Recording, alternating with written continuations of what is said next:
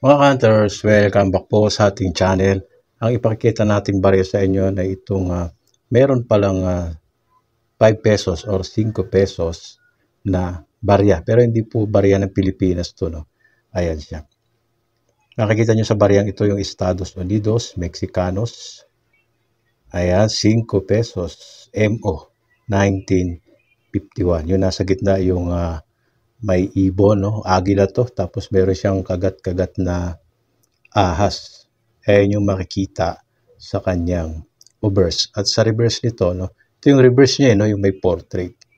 Hidalgo, no? Hidalgo ito na nakatingin, naka-side view, nakatingin sa kaliwa at merong palibot na laurel. Ayan siya. So, uncirculated, mga hunters, ang gandang barya. No, titignan din natin sa animista kung magkano na ang value ng gantong coins. At syempre, silver to sigurado. Ayan, no, 5 pesos. Ito yung record sa animista, no, Mexico. Standard circulation pala to, mga bro. Ginagamit, pamalit, kalakal. At ayan, silver siya, mga ka-hunters. Makikita nyo dyan, no. Ayan, kunin ko lang yung ating pointer, yung pangturo natin. Wait lang, mga bro, no. Tapos, tingnan nyo mabuti. Ayan siya. 1951, 1954. 3 taon meron ito, no? Silver. 720 yung kanyang silver. Tapos 27, malaki sa USPI. At scroll na natin to para makita natin yung kabuuan nito. Puntahan nyo lang dito, no? Para makita ninyo sa animista. Yung side niya, meron ding naka-engrave dyan.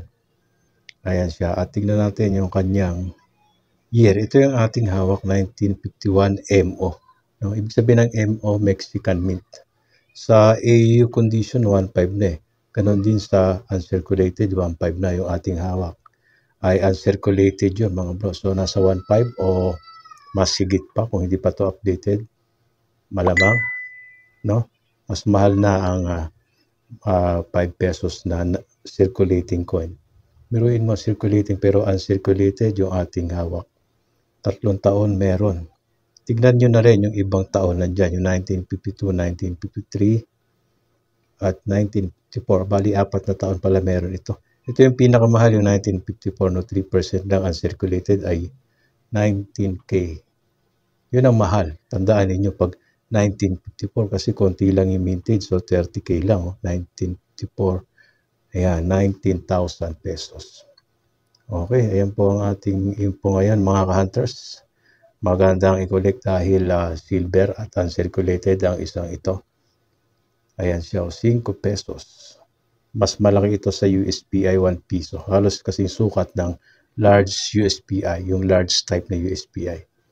Ayan siya, mga hunters, mag-iwan ng comment, pakishare ng ating content ngayon. Maraming salamat. Ganda, oh. Makapal pa yung luster niya, no? Talagang parang pros pa, no? Silver yan, mga hunters. God bless. I'm out.